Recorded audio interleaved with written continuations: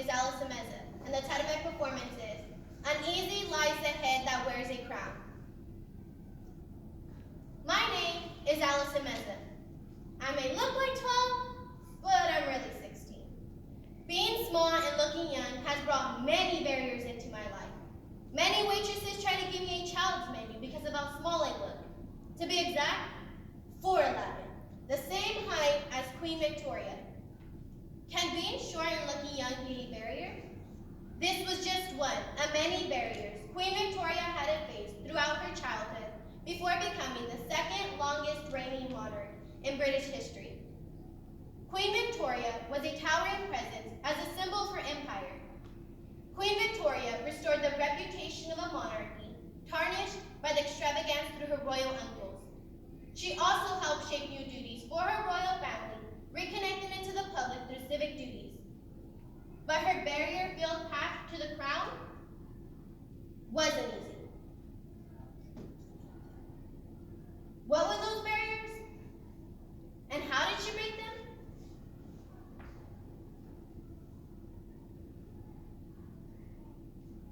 My name is Alexandrina Victoria. My name became my first barrier. It was an absurd, invented name. And still worse, it had a French origin. When I was born, I was the fifth in line to receiving the throne of England. My cousin, King George IV, announced, "A woman on the throne of England? How ridiculous." But I had my barriers. I had a plain appearance. I was shy. I had a willful temper. And most of all, I had a greedy mother who tried to use me as a tool to power. But I had my qualities to break those barriers. I was spirited, vibrant, and determined at a young age to become Queen of England. The Duke of Kent, my father, was thrilled when I was born. A pretty little princess, as plump as a partridge. To the rest of the royal family, I was merely the daughter to a minor brother, nothing more than a pawn to be traded at marriage. I was born in the middle of a succession crisis. My aunts and uncles were close to middle age and had only produced one legitimate heir, Princess Charlotte, and 56 illegitimate ones. When Princess Charlotte became pregnant, her baby was the hope of the country. Her husband, Prince Leopold of Germany, was very popular, so the British people were thrilled, an heir at last. But within the 50 hours of labor, she had fallen into a fatal fever and died. That left me, a child, small and unopposed and alone in Kensington Palace. When my father died, my mother erected a huge barrier to my crown, John Conway. And they were united to make me their slave. They created the Kensington system, which was a cruel system of bullying and, most of all, surveillance. I was not allowed to be alone for 1 second. I slept in my mother's room every night, and a nurse or governess stood guard over me until my mother went to bed. Every cough, every word, and every choice of dress was faithfully reported to John Conway.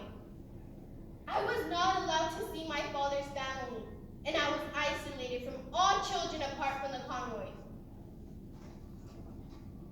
There were rumors that the Duke of Cumberland wished to kill me. He also spread rumors that I was too sick to rule and tried to push me out of my way to succession. My food was tasted before every meal, and I was not allowed to walk downstairs without holding somebody's hand. I led a very unhappy childhood. For most, these barriers would have not broken them. But not me. I would break these barriers.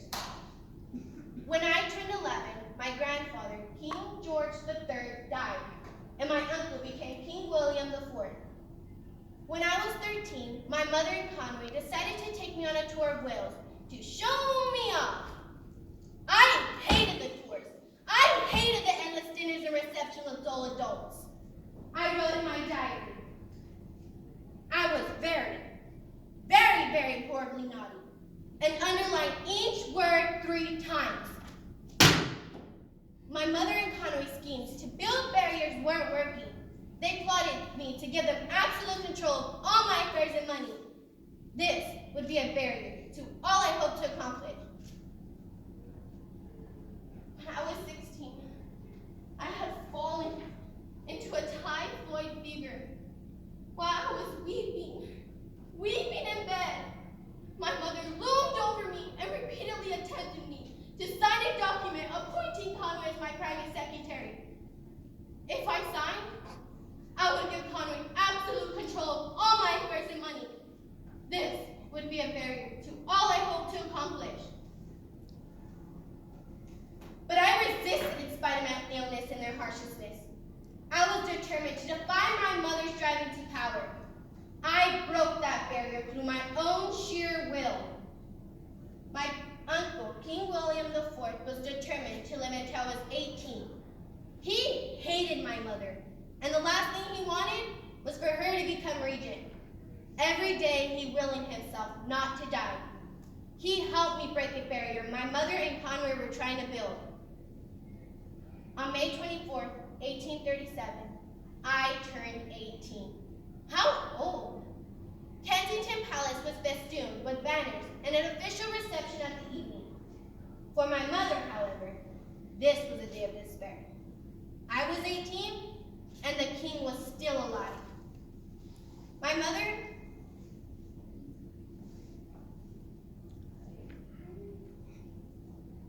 and Conway threatened to lock me away and deny me any food if I didn't give Conway absolute possession of my throne. But luckily for me, I didn't have long to wait. On the early hours of June 20th, 1837, my uncle, King William IV, died. At 6 o'clock in the morning in Kensington Palace, I stood in my nightwear, and the Archbishop of Canterbury and the Lord Chancellor knelt to me and told me I was queen. My first act was to ask for an hour alone.